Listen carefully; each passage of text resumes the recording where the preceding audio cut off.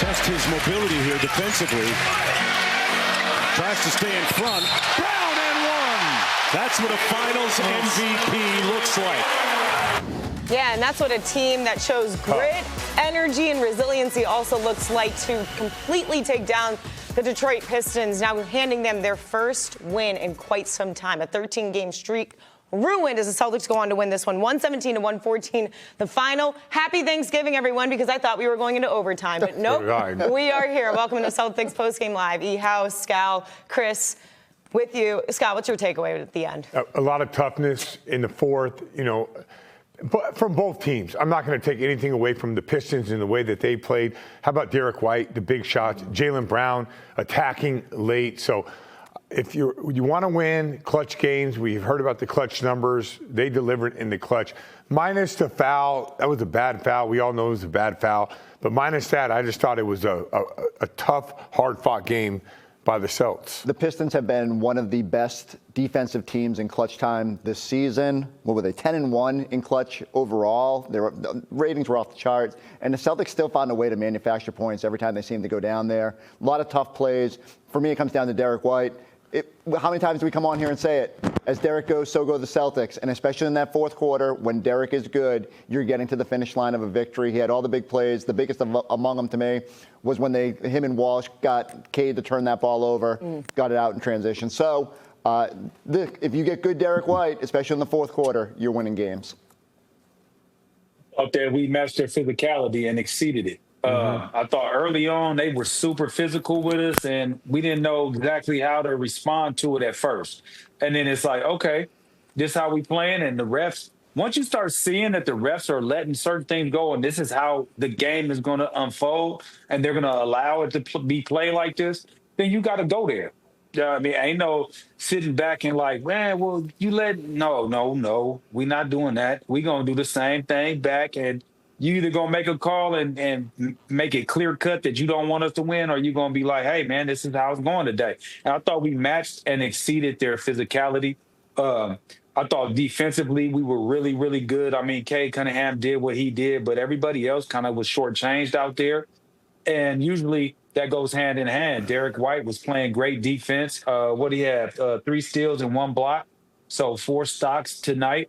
And then his shot was falling down. All that goes together. So I thought it was a great team win, a great team victory, and a great morale victory as well, because they did show resolve, and they also showed their toughness and their strength that they have as a unit. Yeah, even when Cade explodes to 42 points, these guys still find a way to lock in. And you see there, Derrick White, a season high, 27 points, hitting some major clutch threes in the fourth quarter. 3 of them. Let's take us back. I'll take you guys back to the fourth quarter with really about a minute 37 to go.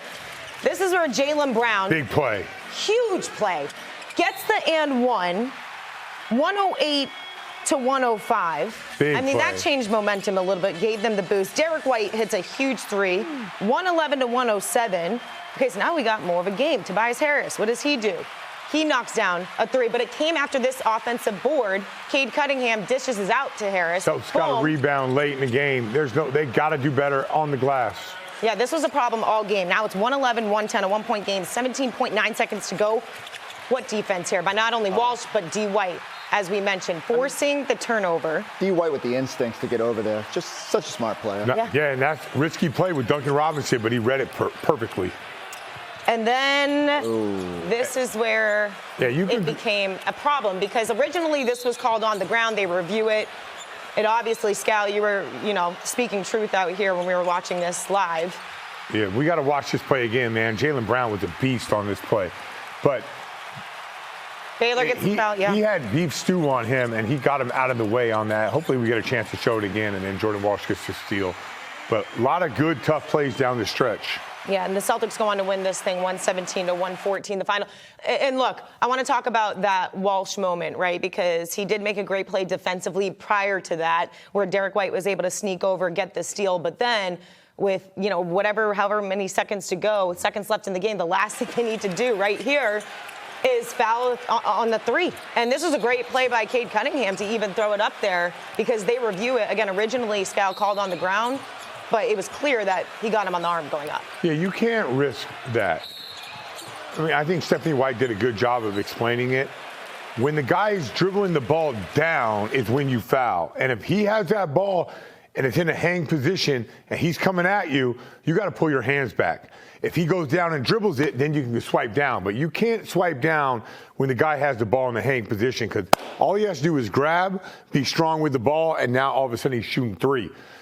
Listen, I don't know how many times Jordan Walsh has been in that situation, but that you cannot risk that. The only time when they say foul, you either foul when the ball is in the air coming to the guy. On that play, he couldn't have done that. Or when he's dribbling down, you can wrap him up. Those two, when the guy says foul, those are the only places you can foul. You're okay with Minot? Like, Minot was coming over. I think Walsh saw Minot coming and was just like trying to wrap him, but they obviously went at the wrong juncture of that. No, I'm not okay with the way, because when Minot fouled him, he didn't take another dribble. You have to time up the dribble. That's the only thing that matters. So if it's everything else is risky. He can have two hands on the ball. You can grab him on the waist. He takes 2 steps and throws it up. That's 3 free throws. So either on the dribble or before he catches the ball. Yeah, go ahead, Eddie. What I didn't like about the play was we were retreating so much. We were giving him so much space. We didn't push him towards the baseline to make him use a lot of time. Because Minot was behind him, right? But then Jordan Walsh was there. And again, Scal, I'm with you on this one. I don't know how many times Jordan Walsh has been in this situation where he has to make that play. This is something that he can learn from and move forward and be like, okay, I got to be better at these type of things right here. I understand that I can't give him that much room to be pushing the ball towards me, and then I react after I have been reacting to him pushing it back, pushing the ball. So I think that's where it started. It wasn't the pressure to make him go back towards the baseline. It was letting him catch it and then having a free dribble. I think that's what caused the real problem. And I think that's where you can learn from that too. And for sure, like you said, the dribble on the dribble down, that's where you got to get him. Or when the ball's in the air, right when he catches it, you got to get him. And look, the Celtics got bailed out a little bit at the end there with Cade Cunningham. I want to show the free throws. Look at Jaylen Brown. Come on. That's not a dog right there. Yeah, look at Get out of here, Beef Stew. Get out of here. Well, we even said, show me again. We're going to show it 5 times. That's a defensive end. Look at Jaylen Brown is a dog. Look at this. Watch it. Watch it. That's Beef Stew right there. Get out of my way. Come on.